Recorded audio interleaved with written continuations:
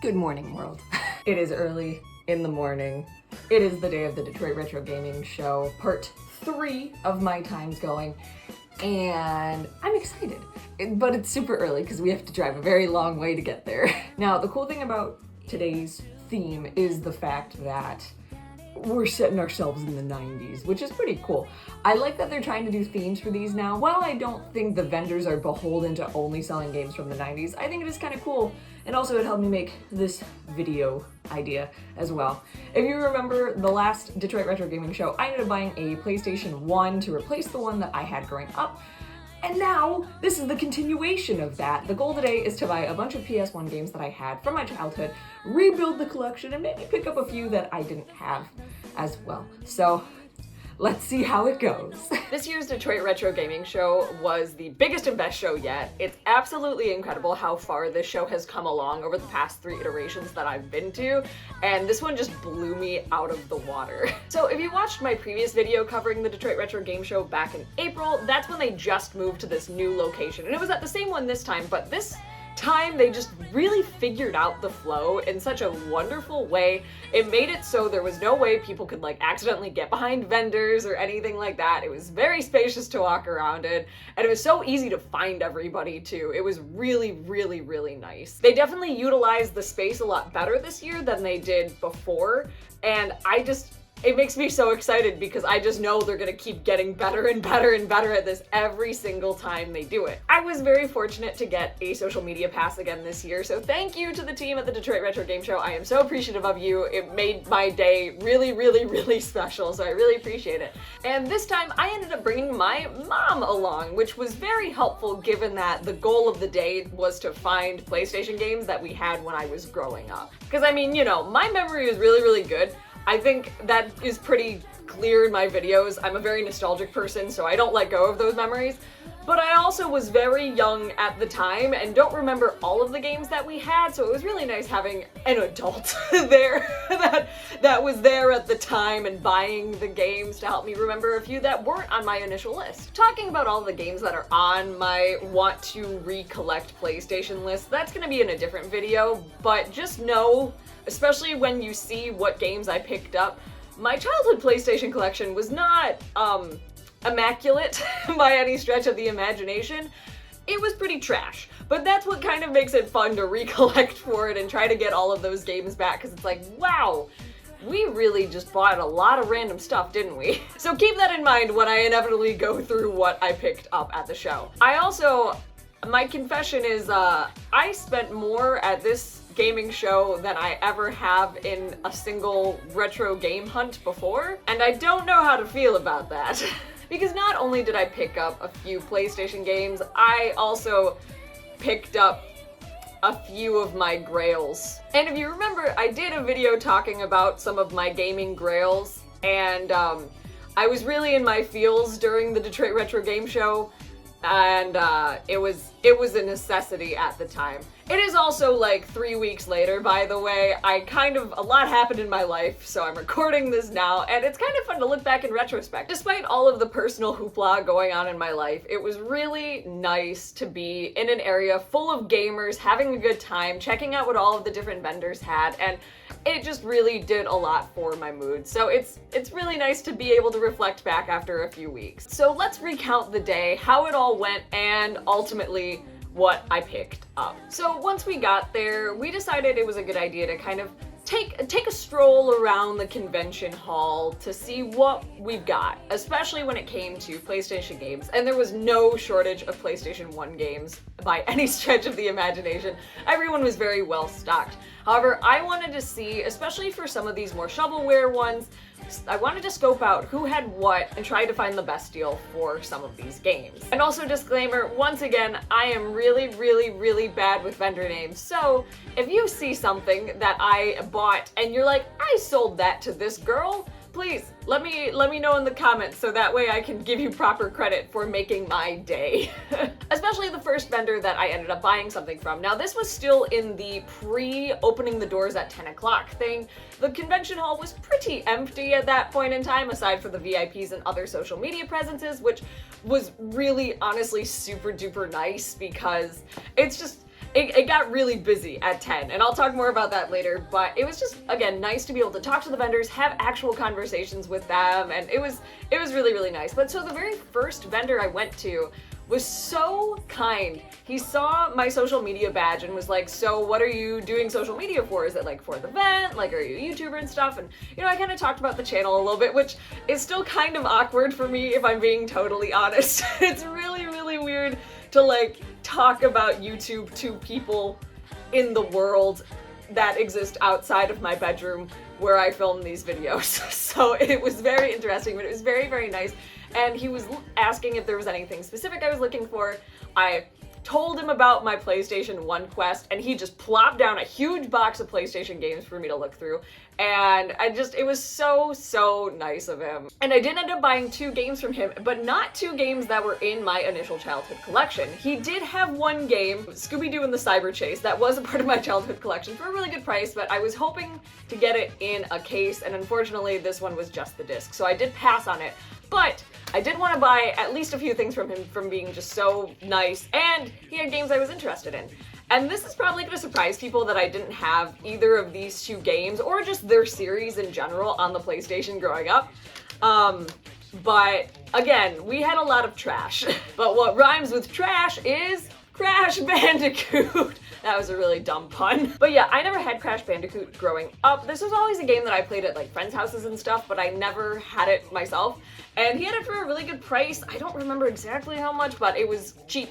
So I was like, I think I'm gonna finally pick this up. It feels right to have a PlayStation staple in my new age PlayStation collection, so I did grab this. And another big PlayStation star, I got Spyro Year of the Dragon. I don't know anything about the Spyro series, except that I always have loved the character of Spyro. I think Spyro is super cute. But I have a lot of friends that also grew up loving Spyro a whole ton, so I figured let's add this one to the collection. I know this isn't the first game in the series, but I feel like in my memory, and all of you can correct me if I'm wrong because I don't know. I truly do not know that a lot of people really loved Year of the Dragon, so I picked it up, again, for a really, really good price. And again, the vendor was so nice that I was like, I need to buy something. I'm gonna buy something. And it ended up being 2 bangers, so it all worked out. So by that point in time, there was probably like 5 to 10 minutes before the doors open, and I heard some of the other vendors talking about how the line outside was huge. There was also early voting going on in a different part of the same building, but the line to get into the game show was ginormous. So I kind of was like, all right, we gotta pick up this like scanning section a little bit. So we turned the other part of the hall, because this year there was a divider in between the 2 of them, so people couldn't get in between or behind any of the vendors, which I think is really good. It's a very big safety thing for the vendors because, you know, they don't want their stuff stolen or to be hurt by people trying to like look around and stuff. So I think that was a really, really good decision this year. And I'd be interested to hear how the vendors felt about it too, if they preferred it that way or if they preferred the more openness of last year. But if I were in that case, I would have liked the division for sure. So that was really, really nice to see. But so we turned the corner and we got to Jake's Retro Game World, which I follow on Instagram. And also, these were the guys last year that had the cool Game Boys that I didn't buy, which I still regret. I do still regret. But Jake had something even more special and important to me this year. Not a PlayStation game, but one of the games that I have been looking for with all of my heart and soul for so long. It's in my fist because it's only just the game, no case or anything like that because I don't need the case. If you know me, or have been following the channel for a long time, you know there's a Harvest Moon game that I've been trying to get my hands on forever because I lost my childhood copy and he had it for a great price and it wasn't in box, nothing, just the game. Harvest Moon Sunshine Islands! Ah! I can't remember if this one was in my Grail video. I think it was, or it was Grand Bazaar, I can't remember. But this is a game I've been looking for so long.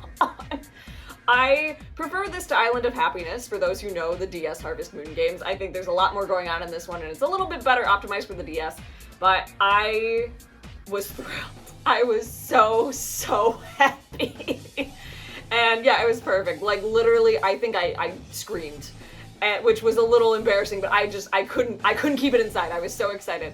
So finally, I have this game back in my collection, and I can put it in the case that I still have. This one. So this was a huge find for me. At that point in time, I was like, pack it up.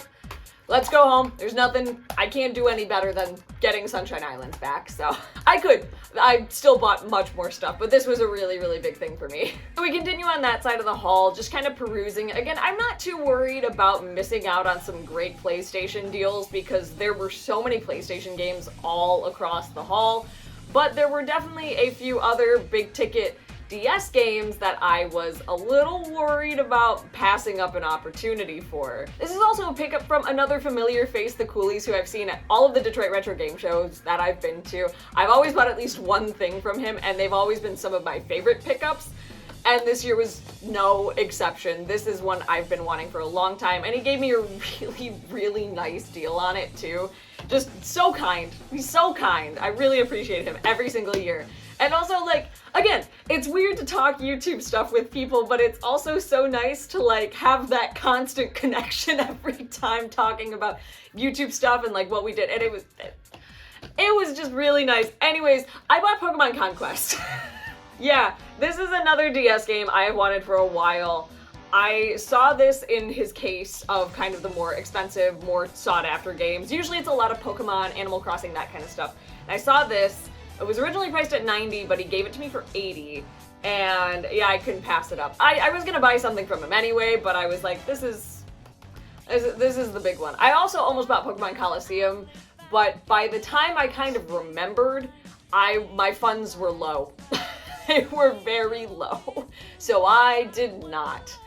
And I kind of regret it, but also then again, I would have way blown my budget, so maybe next time though. But yeah, this is a DS game I've wanted for a really long time. I've heard nothing but really cool and interesting and good things about Pokemon Conquest, so I'm very excited to play it eventually. I don't know if I'll get to it this year, but hopefully sometime soon. I know it's not a long game, so there's still time. There's still time. Maybe like Christmas week or something like that. By this point in time, the doors had opened, everybody was flooding in, and the convention hall was getting so packed. And again, it's so nice to see, and like knowing that so many people, this was their first time going and are gonna keep going, and that this show is gonna keep expanding.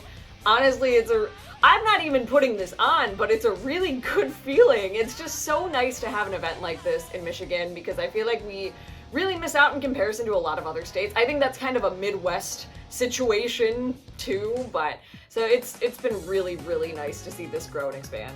But that also meant, yeah, okay, it's time to really start buying games at this point in time. So to get into some more PlayStation games, I ended up picking 3 up from, maybe it was Game Pawn? I can't really remember. It was a store vendor, but I can't remember who it was. But I ended up getting 3 of my more shovelware childhood memory games. But all of these I'm pretty excited about. One I didn't even know about, but I ended up picking up Tetris Plus. This one we actually had 2 copies of growing up, but I don't think I'm going to replicate that part of the collection because I really don't need 2 copies of Tetris Plus. But I don't remember anything about this Tetris game, but I love Tetris, and I just remember the little guy. I just remember the little guy on there, so I'm excited. I'm very happy to have this back. You'll also notice most of these are player's choice. I don't really care when it comes to player's choice versus like the Black Label PlayStation games. I'm not going to get that crazy into my collection. This is just really for me. So it's not about having the best version of like the case for me. And also, I mean, jewel cases get so crusty dusty anyway. I'm not really looking for perfection. This is totally self-serving. I just want to have the games that I grew up with kind of situation. But yeah, so this was pretty cheap. I don't remember how much it was, but very happy. Now this one I didn't even remember having, which it was really good that my mom was there to remind me, because after she picked it up and kind of was like, yeah, we had this, I do remember the case, and that's Tiger Woods 99. My dad's a golfer, and he was one of the biggest reasons we got a PlayStation, because of golf games and hockey games, which I'm trying to figure out what NHL game we had for the PlayStation. I still have no idea. It was one of them, but I haven't found the right cover yet. But it was really nice to be able to pick up some kind of sports game, to be honest. And it'll be really nice to play this with the family. I did kind of find out that I do only have one PlayStation controller. For some reason I thought I bought two when I bought the PlayStation, but I guess it was only one, so I do have to get another controller at some point in time. But yeah, so great, so exciting. And finally, which it was actually kind of silly how expensive this game was. This game was $25, and it sticks out to me because I was like, never would I have thought that this game would be $25. And that's Star Wars Episode 1: The Phantom Menace. I have a lot of memories playing this game and being absolute trash at this game. I also remember making my younger cousin play this game, which it's funny because when I posted a picture of like all that I got on my Instagram, he texted me and was like, you know, I re-downloaded that game recently on PS4, PS5, I can't remember what he said, and he was like, I still can't play it. It's still too hard. And this game is like, the camera is so weird because it's like kind of top down but like at an angle. It's very strange. This game used to make me very, very sick as a child, but what it does have, and you'll see, it's got a special bonus music video of Duel of the Fates, which Duel of the Fates is like my favorite Star Wars song of all time. Like, it's incredible composition. So I remember as a kid when I got so frustrated playing this game, I would just go back to the main menu and just keep watching the Duel of the Fates video over and over and over again because it had footage from the movie, and even though Phantom Menace is not my favorite Star Wars movie, it was still pretty cool being able to see that on my PlayStation. So if anything, this is just total memory. My mom and I did play this a little bit the other week, and yeah, I didn't get too far in it because, again, the camera made me sick. Now, to get through a few non-PlayStation games that I picked up, I wanted to mainly focus on PlayStation, but if there were going to be games that I really wanted to pick up, I wasn't going to pass it up. One of which was Collection of Mana. So I've talked about wanting this game on the channel before. This is the only Mana game that is out for the Switch that I didn't have for a while. I have Legend of Mana, I have Trial of Mana, but I didn't have the Collection of Mana, so it's really nice to have this now. It was cheap, and it's also sealed. It's brand new. I think this was $20 or $25. Actually being sold by somebody who was there to mainly sell retro computers and just had a few extra games and other bits and bops for sale. So this was a great pickup. I also almost bought Shin Megami Tensei 3 Nocturne from him as well, but at that point in time I was like, let me pause because I want this more and pick up some of these other big ticket ones that I was going back for later on. But I am really happy to add this to my Switch collection. It feels good to have just a random Switch edition in this video. Another sealed game, but not Switch, and one that was actually kind of a cool find, and this is more for my mom if I'm being honest, because I think she's really gonna like this game, is Rune Factory Frontier, and it's totally sealed. Everything's in there. It was $50, which I think was about right for it being completely sealed, and like, it's nice sealed. Honestly, there's a scratch on the outside. My own cat did that, so that was pretty unfortunate, but it didn't affect the box at all, thankfully. It was just the wrap on the outside, but this was kind of a cool find. Again, I have not played any of the Rune Factory games. I have 3 and 4 special on the Switch. I did not buy 5, but this was one I always wanted on the Wii, and it was kind of just, I don't know, it was an impulse, but I also felt bad because my mom didn't really know what to buy for herself. She was kind of looking for PSP games, but not really. Eventually, we really wanted to find the Airwolf for the NES game because she's a big Airwolf fan, but we couldn't find one, so that was kind of sad.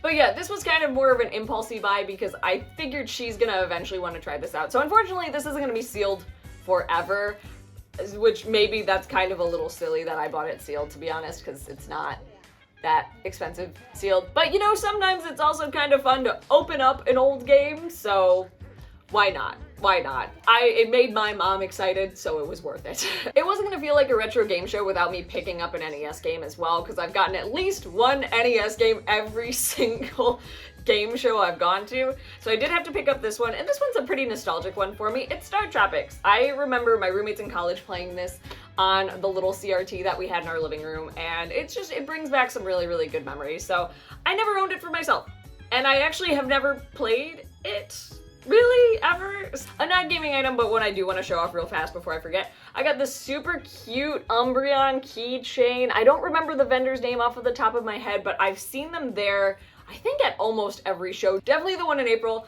but I'll post a link to their Etsy shop because I know they have one, or a website or something like that. I have their card somewhere, but I forgot to look at it. But it's super cute. I'm probably gonna put it on my keys. I haven't put it anywhere, but it's also like sparkly on the back. It's so cute, and I love Umbreon.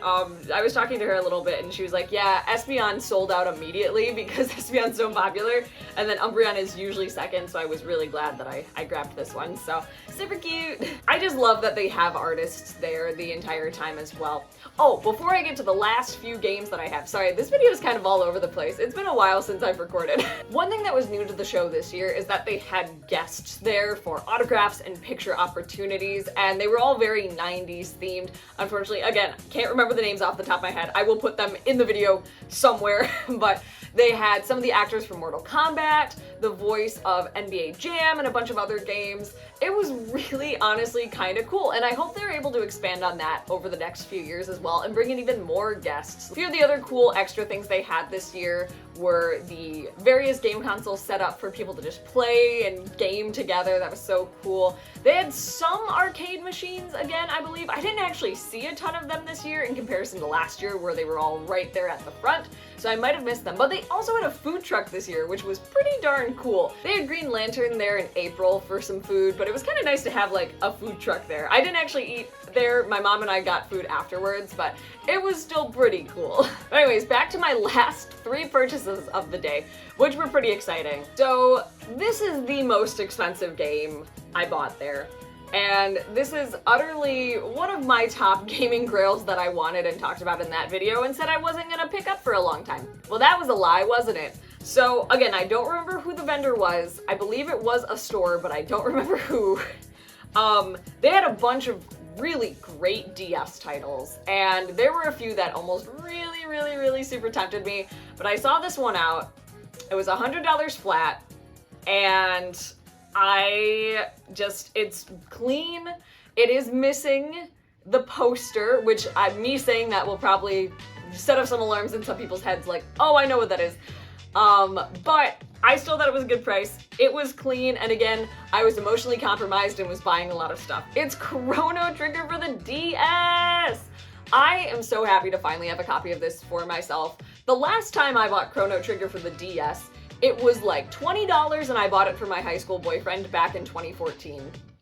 Yup, and now I spent $100 on it for myself. But again, it's a really clean copy, it's gorgeous, and again, there's no poster, but it does have the manual.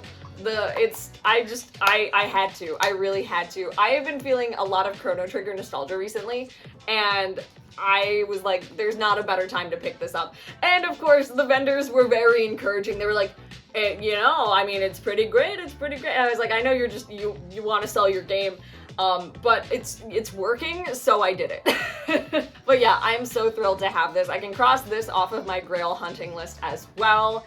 And yeah, I'm ecstatic to finally have my own copy of Chrono Trigger after all of this time, having to borrow it from friends.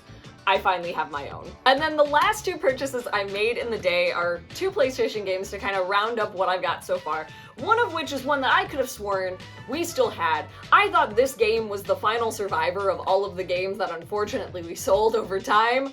But we can't find it anywhere. So maybe we got rid of it or gave it to somebody else after all hope was lost when we lost our first PlayStation. But regardless, I am happy to have it now. And that is Tomb Raider 3. Why did I only get 3, you might ask? Because this is the only one I remember having.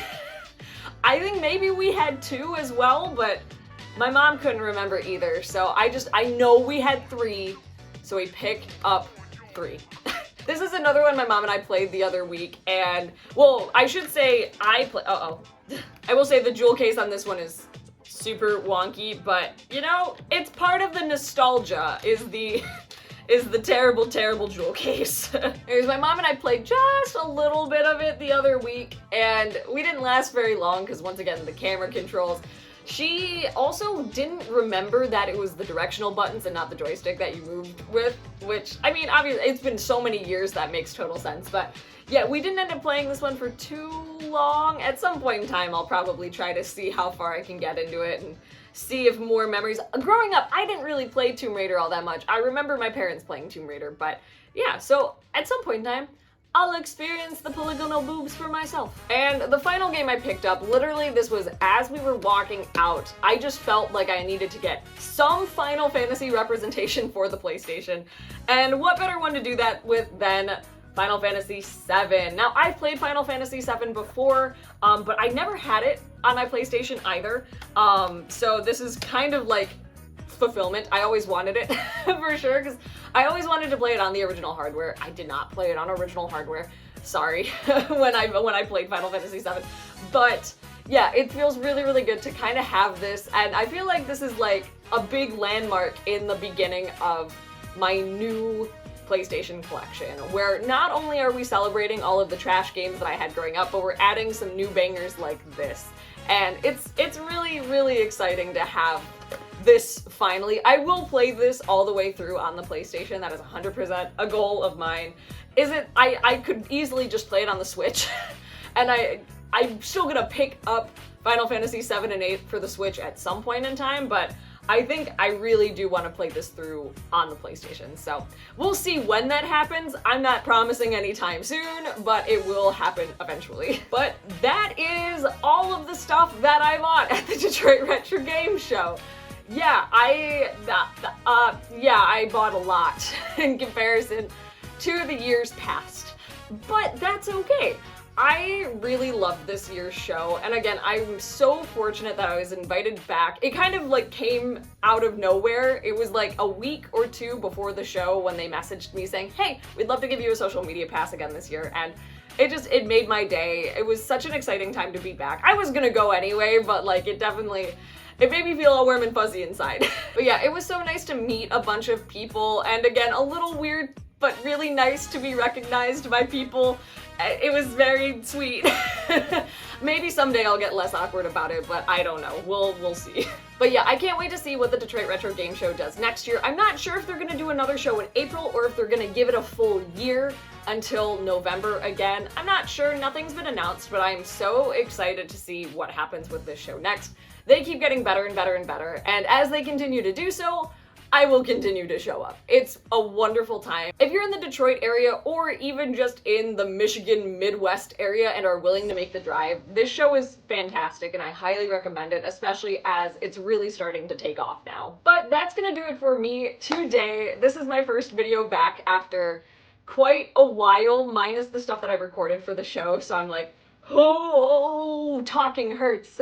But if you like this video and would maybe like to see more game hunting vlogs or anything like that, let me know. It's something that I'm kind of more interested in doing now that I'm going out and hunting a little bit more frequently. I don't know how much for the rest of 2024 because we're getting close to the holiday season, but it might be something I'm interested in. We'll see, especially as I maybe am hoping to go to other and more conventions next year too? Question mark? We'll see. Or let me know if you were at the show and maybe we can connect next time or something. I can't promise I won't be super awkward, but yeah. Anyways, that's gonna do it for me. I will see you all in the next video. Goodbye. Boop.